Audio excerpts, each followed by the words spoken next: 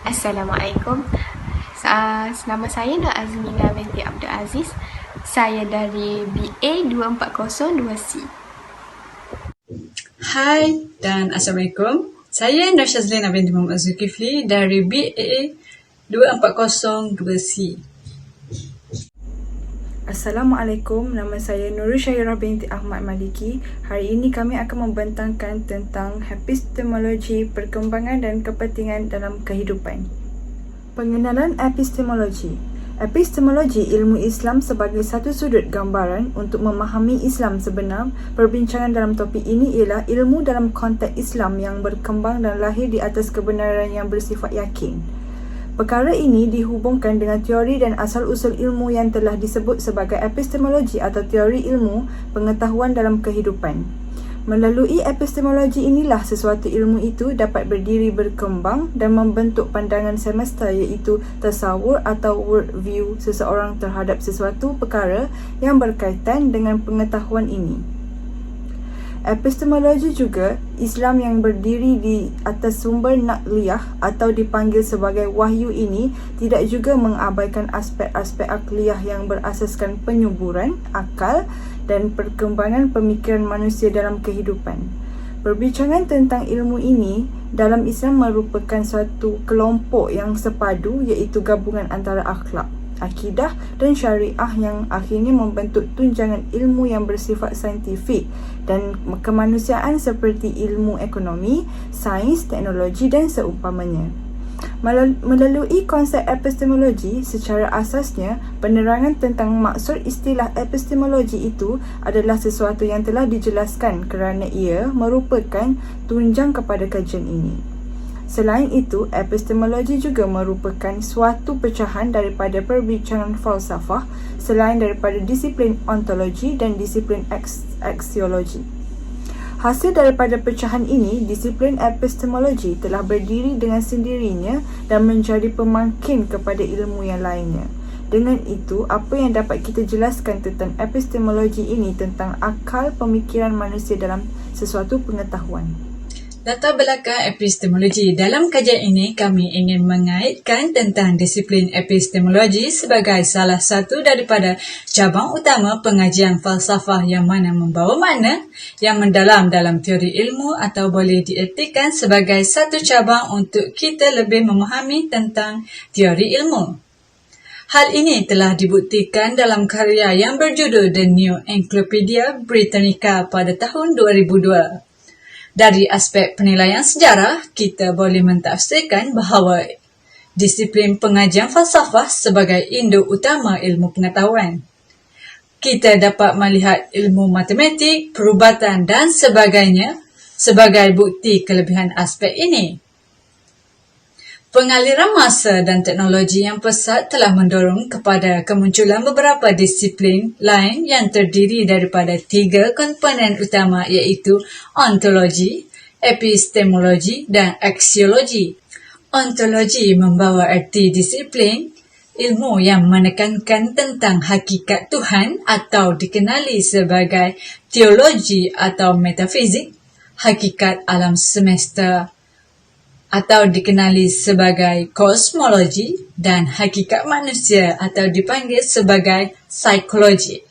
Aspek epistemologi pula memberi maksud persoalan ilmu melalui pendapat atau idea masing-masing yang bertentangan. Aliran iaitu rasionalisme, empirisme, positivisme, realisme dan idealisme. Aspek yang terakhir, aksiologi, membawa maksud perbincangan tentang teori nilai. Pelbagai aliran telah lahir melalui aspek ini dan telah membincangkan isu ruang lingkup dan skop aliran masing-masing. Kepentingan epistemologi dalam falsafah kehidupan. Yang pertama, epistemologi dalam kehidupan ini sangatlah penting. Semua orang yang dilahirkan dalam dunia ini pasti mempunyai akal yang dianugerah dari Tuhan Yang Maha Esa. Namun, setiap orang mempunyai kepandaian yang berbeza dan bukan semua manusia dilahirkan dengan mempunyai kepandaian sejak lahir. Namun, mereka berusaha untuk menjadi orang yang bijaksana. Di sini, manusia pasti perlu memikirkan banyak perkara. Ini merangkumi pengetahuan di mana pengetahuan adalah salah satu perkara yang sangat diperlukan oleh manusia untuk menjalani kehidupan ini.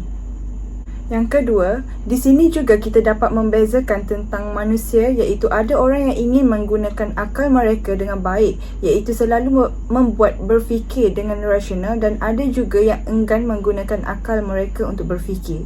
Bercakap mengenai pemikiran, kita pasti pernah mendengar istilah falsafah. Apa itu falsafah? Falsafah memikirkan secara mendalam tentang sesuatu perkara.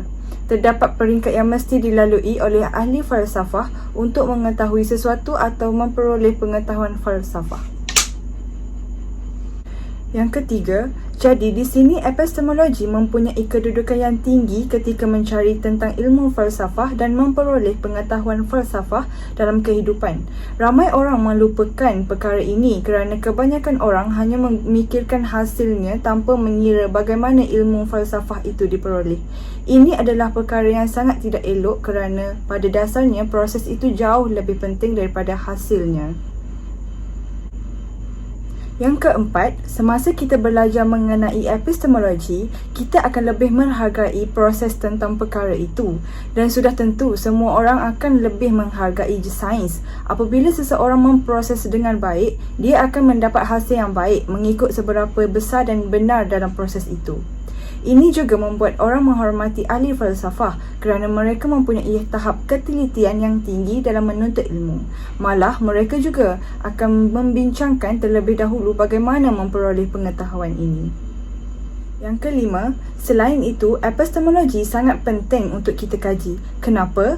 Kerana epistemologi adalah asas bagi manusia untuk bertindak dalam kehidupan seharian sebagai asas untuk mengembangkan kebijaksanaan dalam pengetahuan dan juga sebagai alat untuk mengetahui tentang pelbagai kebenaran pengetahuan. Jika dilihat dari sudut yang dipelajari dalam falsafah, kita dapat memperoleh pengetahuan melalui 3 objek, iaitu objek empirik, nyata, di mana objek ini dapat ditangkap oleh panca indera fizikal dan mental. Dan kedua, kita dapat memperolehi dari objek yang ideal, di mana objek ideal ini pada dasarnya tidak ada dan wujud berkat aktiviti akal. Dan yang ketiga adalah dengan objek transcender, iaitu objek yang pada dasarnya tetapi berada di luar jangkauan pemikiran dan pengalaman manusia. Dan akhir sekali, dari itu kita dapat simpulkan bahawasanya ketika kita mempunyai keinginan untuk mengetahui sesuatu pengetahuan, maka kita harus benar-benar memahami bagaimana cara memperoleh pengetahuan tersebut dengan baik. Bukan hanya sekadar mengetahui, tetapi juga memahami bagaimana pengetahuan itu ada, sehingga di situ kita harus benar-benar berfikir tentang pengetahuan yang ingin kita ketahui. Meskipun akal mempunyai kelemahan, namun akal juga telah menghasilkan apa yang disebut dari falsafah. Peranan epistemologi Islam dalam kehidupan. Peranan epistemologi Islam dalam kehidupan banyak dapat dihuraikan, iaitu tujuan mencari ilmu adalah untuk menanamkan kebaikan dalam diri manusia sebagai seorang manusia dan individu, bukan hanya sebagai seorang warga negara ataupun anggota masyarakat. Yang perlu ditekankan dalam pendidikan adalah nilai manusia sebagai manusia sejati, sebagai warga kota, sebagai warga negara dalam kerajaannya yang mikro, sehingga Islam menjadi rujukan sebagai suatu yang bersifat spiritual. Bukan ditekankan dari entiti fizikal kerana ia akan membuka pintu menuju sekularisme. Tujuan keilmuan itu sendiri membawa seseorang kepada kemahiran yang membolehkan individu tersebut untuk menghadapi kehidupan dunianya dan kebahagiaan di akhirat. Apabila kita lihat keterangan di atas, jelas menunjukkan bahawa matlamat ilmu Islam adalah untuk menjaga kepentingan hidup di dunia dan di akhirat. Ilmu yang dapat mengimbangkan kedua-duanya sebagai satu panduan dan bekalan hidup manusia. Ahmad Saleh Jamja'an dalam Nakib Al-Atas mengungkapkan matlamat epistemologi ilmu Islam sebagai the aim of Muslim education in the creation of the good and righteous man who worships Allah in the true sense of the terms, builds up the structure of his Yearly Life. Dari situ kita dapat bincangkan bahawasanya begitu penting epistemologi dalam kehidupan kita. Kesan epistemologi dalam kehidupan. Epistemologi telah memberikan banyak kesan dalam kehidupan kita serta ianya juga dapat membantu seseorang dalam melihat apa yang mungkin dan apa yang tidak mungkin dalam setiap bidang yang kita pelajari. Hal ini juga telah membuatkan seseorang itu perlu menambahkan lagi ilmu pengetahuan mereka agar dapat memberikan kesan yang lebih baik dalam kehidupan seharian. Ilmu pengetahuan yang kita pelajari hendaklah merujuk kepada hal-hal yang biasa dalam kehidupan kita. Ilmu pengetahuan juga merupakan suatu perkara yang telah tersusun rapi bagi meningkatkan pengetahuan kita supaya ianya menjadi ilmu atau sains dalam hidup kita. Hal ini juga terdapat beberapa ahli falsafah yang mengatakan bahawasanya ilmu ini adalah pengacaman kepada kita dari segi bentuk maklumat dalam jiwa kita sendiri. Sebagaimana yang kita tahu, Iman Al-Ash'ari ada mengatakan bahawa ilmu adalah penerimaan sesuatu maklumat terhadap persoalan yang sebenarnya. Selain itu, kita juga perlu mengetahui ada perkara yang kurang memberi manfaat dan mudarat yang besar kepada kita sehingga kita tidak perlu mengetahuinya meskipun ianya mungkin kita akan ketahui. Dalam hidup kita, ilmu merupakan alat yang paling berkesan untuk membina masyarakat supaya kita tidak mudah terpedaya dengan segala yang berlaku sama ada ianya memberikan kesan ataupun memberikan keuntungan maupun tidak. Dengan adanya ilmu, perkara yang memberi manfaat dan mudarat dapat kita nilai sendiri dalam hidup kita kerana tiada kejayaan dan tanpa ilmu dalam diri. Oleh itu, untuk mempercayai sesuatu perkara, kita haruslah mengkaji, meneliti serta menyelidik sama ada perkara tersebut benar maupun tidak. Hal ini juga menyebabkan penguasaan ilmu dapat memberikan kecemerlangan dan membina keyakinan diri dalam mengetahui sesuatu perkara. Seterusnya, pola pemikiran harus difahami oleh setiap individu dan perlu diterapkan di dalam diri masing-masing. Hal ini kerana kita dapat mengetahui cara dan arah manusia berfikir dalam membuat sesuatu perkara. Dengan adanya ilmu pengetahuan dalam diri serta ditambahkan lagi, perkara ini mungkin mampu mengubah jalur pemikiran seseorang ke arah yang lebih baik dan kreatif dalam menyelesaikan sesuatu perkara ataupun membuat keputusan. Pemikiran seseorang bergantung kepada ilmu pengetahuan yang ada dalam diri setiap individu. Oleh itu, untuk menjadi seseorang yang berfikiran terbuka, hendaklah sentiasa membaca kerana dengan membaca dapat menambahkan lagi ilmu dalam diri kita. Seperti mana firman Allah dalam surah Al-Alaq ayat 1 hingga 5 yang membawa maksud, bacalah wahai Muhammad dengan nama Tuhanmu yang menciptakan segala makhluk, Tuhan yang menciptakan manusia dari darah yang beku. Bacalah, dan Tuhanmu yang Maha Pemurah yang mengajar manusia melalui pena dan tulisan. Tuhan mengajarkan manusia apa yang tidak diketahuinya. Akhir sekali, epistemologi dapat menentukan kemajuan sains dan teknologi dalam kehidupan. Hal ini amatlah penting kerana kita sebagai umat Islam memerlukan sains yang tersendiri serta hasil daripada pandangan dan nilai-nilainya yang sejati kepada kita. Terdapat dalam artikel yang telah diterbitkan dalam jurnal New Scientist yang berjudul Why Islam Need Islamic Science, yang telah menegaskan bahawa keperluan terhadap sains Islam adalah merupakan tugas yang penting yang dihadapi oleh Muslim hari ini. Namun demikian, umat Islam juga turut memerlukan teknologi dalam kehidupan sebagai mengurus hal-hal yang berkaitan dengan teknologi seharian. Seterusnya ialah tabiat ilmu menurut perspektif Islam. Konsep ilmu juga dapat epistemologi ini. Ilmu atau dasarnya dipanggil ulum yang mendefinisikan ilmu-ilmu. Dalam kamus Al-Mujib bermaksud ilmu sebagai memperolehi pengetahuan tentang sesuatu perkara dengan sebenar-benarnya atau mengetahui sesuatu perkara berdasarkan keyakinan dan pengetahuan. Buat pengetahuan semua, ilmu ni banyak maksud yang kita boleh definisikan. Terdapat 4 huraian dalam lisan Al-Arab dari Ibnu Manzur. Huraian yang pertama diberikan ialah ilmu yang bermaksud sifat Allah yang mengetahui. Kedua ialah merupakan sifat yang bertentangan dengan sifat al-jahil yang bermaksud dungu atau tidak tahu apa-apa. Untuk huraian yang ketiga, bermaksud sesuatu bermakna mengenai dan arafah. Dan yang terakhir adalah definisinya al-alam berdasarkan akal yang sama tetapi membawa makna atau alamat. Setiap akal kata ilmu yang diberikan sangat menarik dan juga menunjukkan perkara yang dalam tabiat ilmu ni banyak juga orang kata dari falsafah lain yang memberi maksud ilmu. Salah satunya ialah Haji Khalifah dalam Ensiklopedia Kashf al-Zunun yang memberikan 15 takrif yang dikatakan oleh para ahli kalam, al-fiqh dan ahli falsafah. Beliau memberikan istilah ilmu sebagai pegangan terhadap sesuatu, pengenalan, pengetahuan, pendapatan sesuatu yang sempurna, penghasilan akal, keupayaan membezakan sesuatu dari yang lain, suatu ingatan dan terhasilnya makna sesuatu ke dalam jiwa.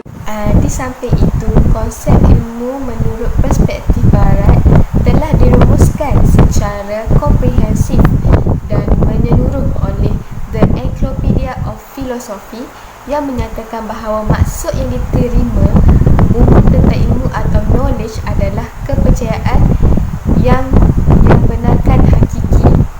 Sementara itu, golongan ilmuwan Islam juga mempunyai beberapa pandangan tersendiri terhadap pengertian ilmu, utamanya Al-Ghazali yang turut mendebatkan konsep ilmu dari berbagai cara dan perspektif.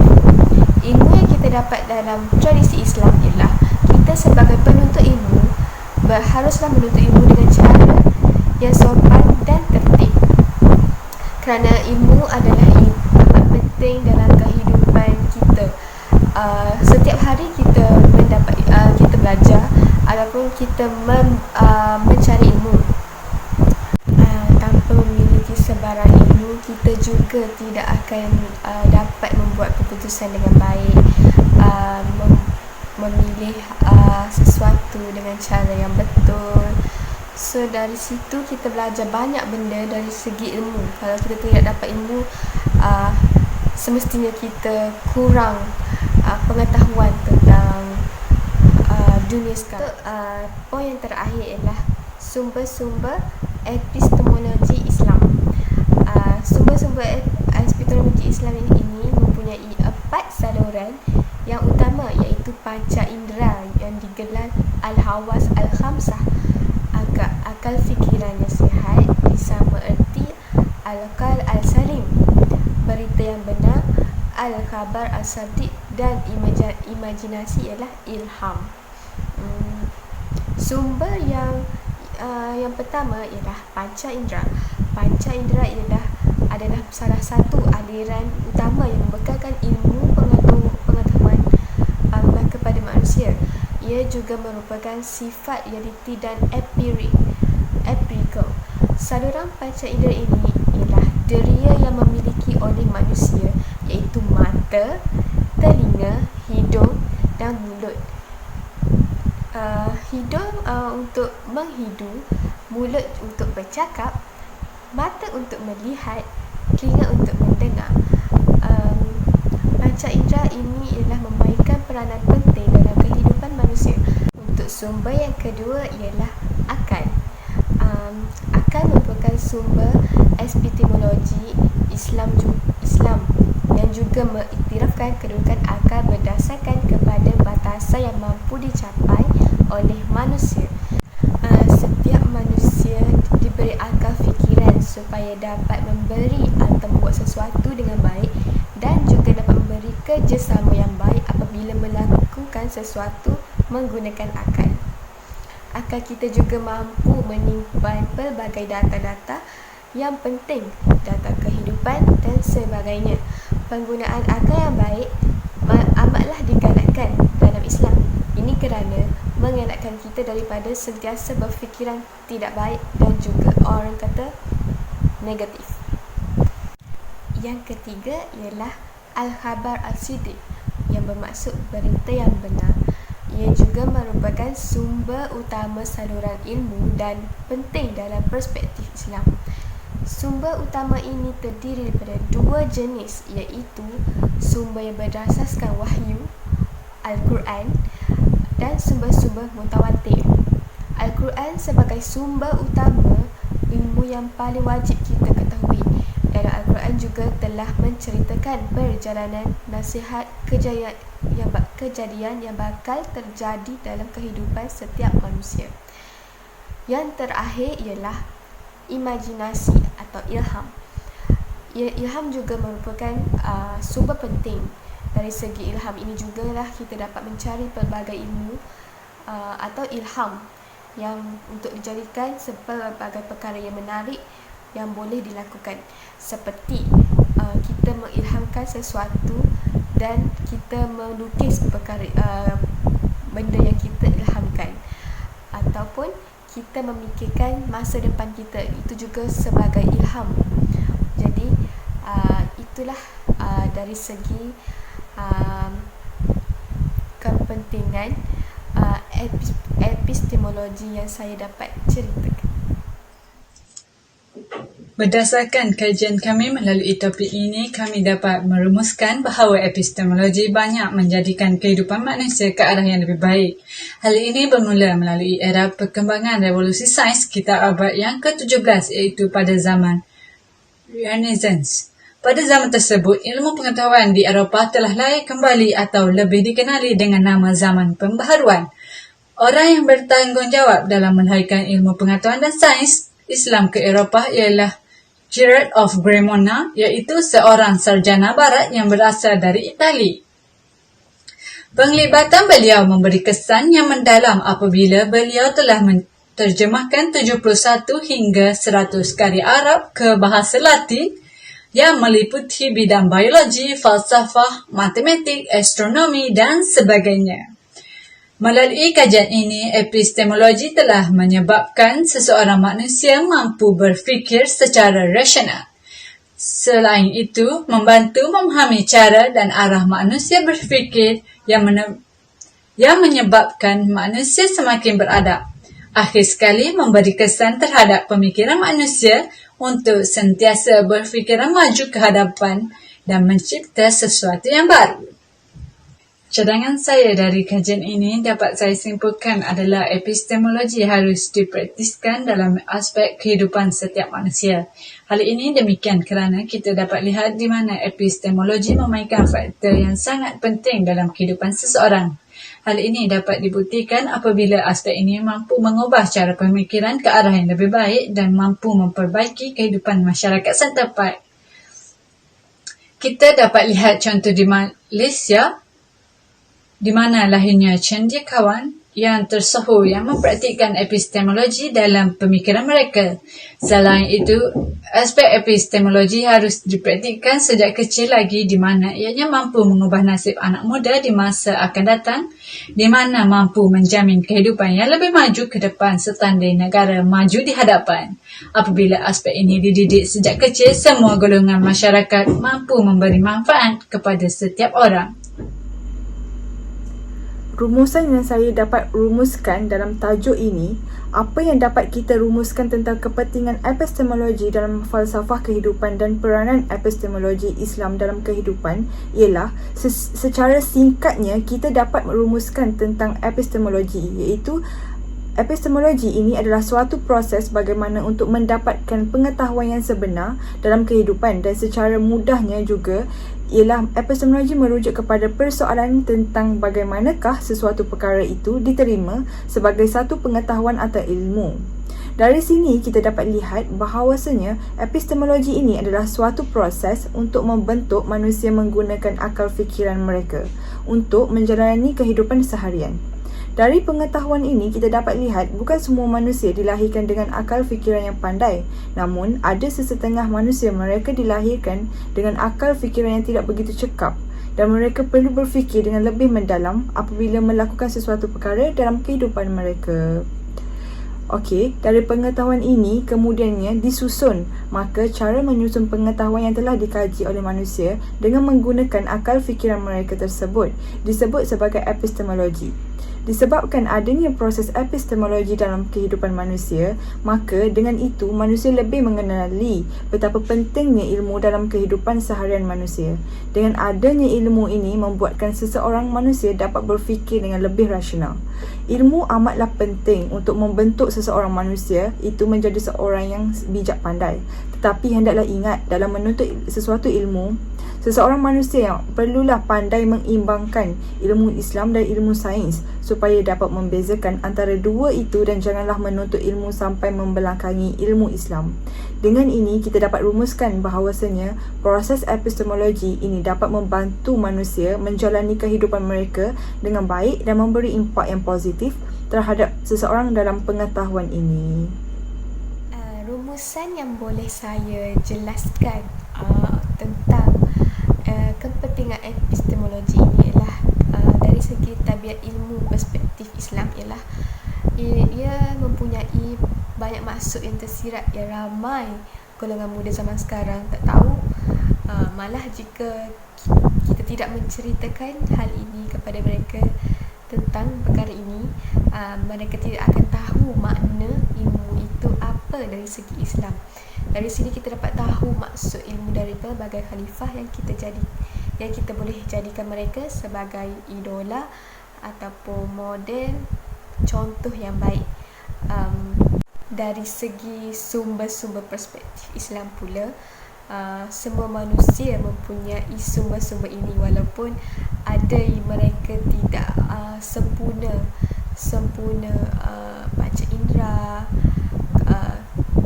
kurang upaya tentang akal, banyak lagi.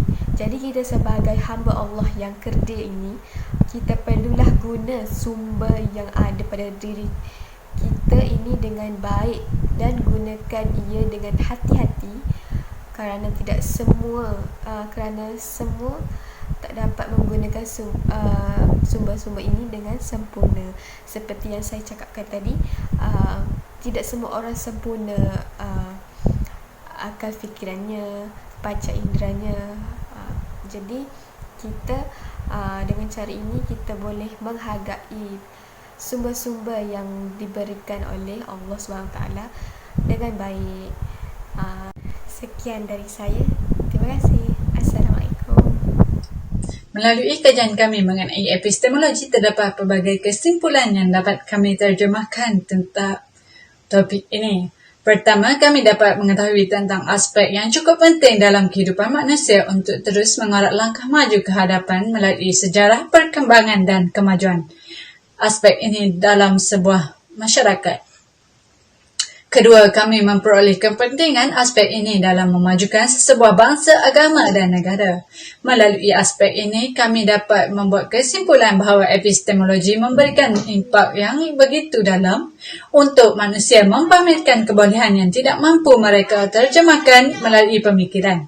Akhir kata, epistemologi mampu membuatkan manusia bersaing secara sihat dalam aspek memberi idea untuk memajukan bangsa mereka apabila epistemologi mampu membuat manusia berfikir di luar kotak.